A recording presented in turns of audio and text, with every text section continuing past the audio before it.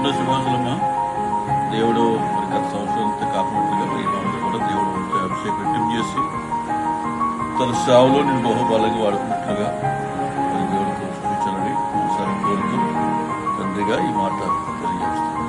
Happy birthday మా దేవుడి దగ్గర నుంచి సంవత్సరాలు కాపాడి మళ్ళీ నూతన పదలో తీసుకొచ్చిన దేవుడికి స్తోత్రాలు. అలాగే జీవించే సంవత్సరం అదుపు అవ్వాలి, దేవుళ్ళు ఇంకా బలమైన పరిచయం చేయాలని తెలియగా ఆశిస్తూ నా శుభాలు నీకు తెలియపరుస్తాను. హ్యాపీ బర్త్డే దేవుడు